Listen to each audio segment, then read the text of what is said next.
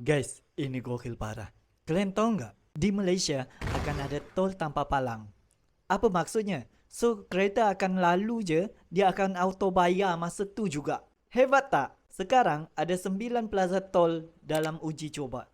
Tol ini ada di Hutan Kampung Tol Plaza, Alor Star Utara Tol Plaza, Alor Star Selatan Tol Plaza, Pendang Tol Plaza, Gurun Tol Plaza, Sungai Petani Utara Tol Plaza, Sungai Petani Selatan Tol Plaza, Bertam Tol Plaza, dan Sungai Dua Tol Plaza. So, apa yang hebatnya tol tanpa palang ni? Jadi, tol ini menggunakan sistem ANPR, stand for Automated Number Plate Recognition. Yang kedua, of course lah tak ada lagi palang. Yang ketiga, kuranglah kesesakan jalan raya. Lebih-lebih lagi masa perayaan, nanti memang akan smooth gila. Pengguna hanya perlu download aplikasi Just Go Malaysia dan daftar sebagai pengguna baru. Kemudian, pengguna perlu linkkan nombor plat kenderaan dan kad kredit atau debit bagi melancarkan pembayaran semasa lalu tol tanpa palang ini. So, hebat ke tak?